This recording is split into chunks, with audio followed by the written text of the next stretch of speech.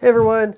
I promised a video on our brand new installer that we released in Cortex 2.6. So in this video, I'll show you the installer and then I'll show you the installer again.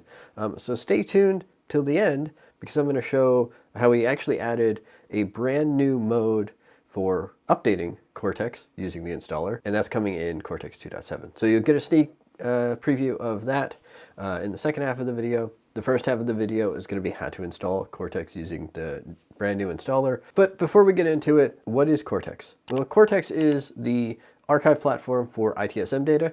So if you're coming from Cherwell or Jira Data Center, two platforms that are end of life here in the next few years, Cherwell at the end of this year, or if you're coming from ServiceNow or Avanti Neurons, just because you're leaving those platforms and you want to take your data with you, Cortex is the place to do it.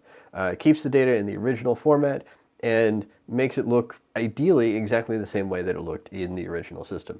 Plenty of videos about all that elsewhere on the channel. In this video, let's talk about actually installing Cortex, and this is for a production system. It follows along with our installation with IIS installation instructions, which you can find on our documentation page. We're going to start the story at our releases site, at our download site. There's links on our documentation as well as down in the video description. So here we are, and I'm going to grab Cortex Win x64 installer.exe. So we'll click that. That'll download. That'll take a few seconds. It's not that big. It's only 300 meg. There are other options if you don't want to use the installer, if for whatever reason you need to do a manual install. But we really like the installer. We think it's made a huge difference in our lives and our ability to install Cortex in production systems. And we recommend it to everyone else as well. So I'm going to go ahead and open that up in just a second. There we go. We'll hit run anyway. And we'll get a UAC prompt. Actually, we'll be prompted to run as administrator. We'll get a UAC prompt that you probably can't see. I'm going to say yes, and then here we have the installer. I have already installed Cortex on this machine, but I'm going to do the upgrade kind of the long way to show you what it looks like when you're installing Cortex for the first time. So first up, some prerequisites. If you don't have these prerequisites installed, the installer will tell you, and you can click this install prerequisites button, and it'll just go ahead and install the prerequisites, and then you can continue with the installer. In my case, I've got them all. Let's move on. Here, I can choose where I'm going to install Cortex. By default, we install it to program files, and an alias or path in IIS of where to drop the Cortex application. Usually we recommend name of machine / Cortex. So in this box, we'll just have Cortex. Go ahead and hit next. First up, we get to configure our database. This is the database that Cortex uses to store its own internal state. This is not the database that contains the data that you're archiving. So if you're coming from Cherwell or Avanti or ServiceNow, there's a separate spot where we're going to configure that database connection. This is the database connection that stores, for instance, Cortex user accounts and various settings related to the Cortex specific experience. In this case, I've already set this up for the previous version, so I'm just going to hit next a couple times. SQL Server, onward, moving on. The name of the database is Cherwell, because I was using it with the Cherwell system. Again, this is not where the Cherwell data is. It's just called Cherwell for historical reasons.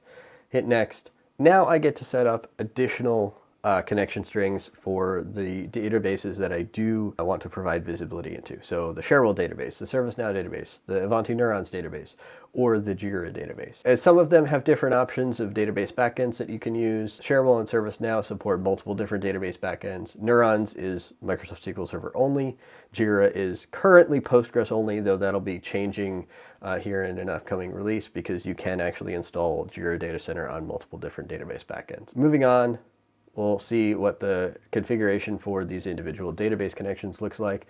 Very similar to what it looked like to set up the initial Cortex specific database. I get to choose my database engine and where that database is. Going to next, some credentials and that sort of thing. Moving on. If I had a license code, I could drop it in here. If you don't have a license, you can just hit skip license information, or you can actually just hit next, and it just won't populate that information, and you'll be running Cortex in a trial mode. So let's move on. Next up is authentication. I'm not going to choose anything besides internal for right now. This probably deserves its own video. Authentication can get very complicated very quickly. So we're going to focus on internal authentication, and That allows me to just pop open the app. I get a login prompt. I can type in a username and password, and I'm logged in. Let's go ahead and hit next.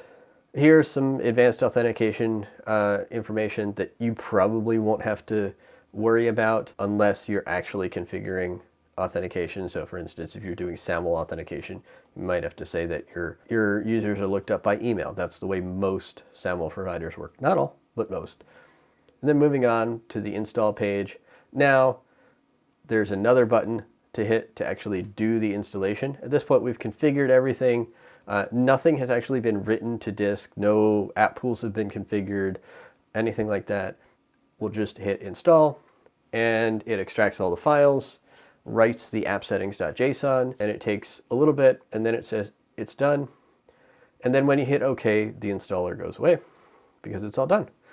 You can restart IIS, but you probably don't need to.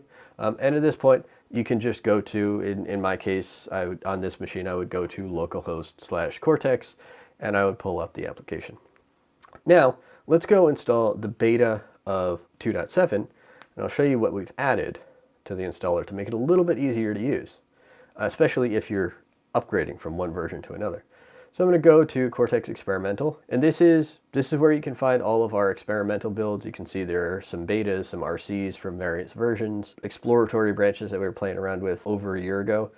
I'm going to go down to 2.7 beta 2, and you can see similar set of files, right? We've got all the zips, we've got the tarball for Linux, and we also have the installer. So I'm going to go ahead and download that. In just a couple seconds, that'll download. And then we'll be able to fire that off as well. And in just a second, it'll pop up and prompt us that it has to rerun it as administrator. That is correct. It does have to run as administrator. That's expected. Okay, run as administrator. And then we'll get the UAC prompt. Here's the installer again. Looks very similar to the 2.6 installer, but we have a couple new buttons. We have uninstall, which basically deletes all the files, and it removes the app pool and alias that it created. It doesn't remove the prerequisites, but it does uninstall the Cortex application all at once. And then we have this upgrade button. I'm going to go with upgrade because I know I'm going from 2.6.1 to 2.7. So let's go ahead and click this. There's a little warning here that tells you what it's going to do.